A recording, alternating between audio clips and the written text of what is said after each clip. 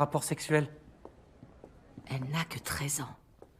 Donc même si elle était consentante, il y a atteinte sexuelle sur mineur. La fille a une masse dans l'abdomen. Son pédiatre a estimé qu'une opération n'était pas nécessaire. Mais après l'examen de Sean, il lui a immédiatement programmé une biopsie par ponction. La fille et sa mère sont paniquées. Le docteur Allen s'empresse de les rassurer. Ce n'est qu'un petit examen peu invasif. On peut utiliser une anesthésie pour soulager la douleur. Mais Sean a refusé cette option. Faire une anesthésie générale, ça ajouterait des risques inutiles, surtout pour une simple biopsie. S'il vous plaît, j'ai trop peur. Kelly, on va endormir ta peau. Tu vas fermer les yeux, serrer très, et ce sera déjà fini, tu verras. Grâce aux paroles réconfortantes d'Allen, la fille se calme peu à peu. Cependant, l'examen révèle que la fille a une vie sexuelle active. Quand Sean en informe la mère, celle-ci n'est pas surprise. Elle admet qu'elle était déjà au courant. Et ça ne vous gêne pas? Ils sont adolescents, ils le feront quoi que leurs parents en disent.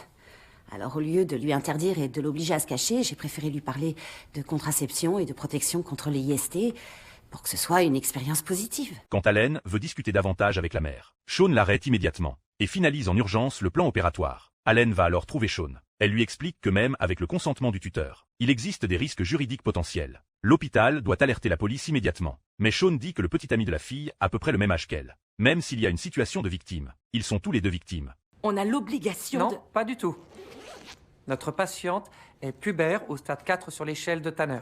Elle a le droit de décider par elle-même de sa sexualité du moment que son partenaire est dans la même tranche d'âge. C'est pas parce que son corps s'est développé qu'elle doit se Je comporter... suis ton titulaire et j'ai pris ma décision. Le lendemain, l'état de la fille se détériore soudainement. Allen essaie à nouveau de convaincre Sean. Sean lui dit de se concentrer sur le traitement de la patiente. Sean retire la masse avec succès. Mais sa tension artérielle chute brusquement. Sean évalue rapidement la situation et localise la source du saignement.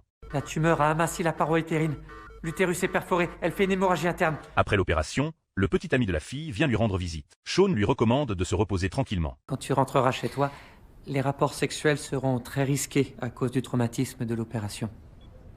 Pendant combien de temps? 6 mois minimum. Et d'ailleurs, peut-être que tu devrais attendre plus longtemps encore.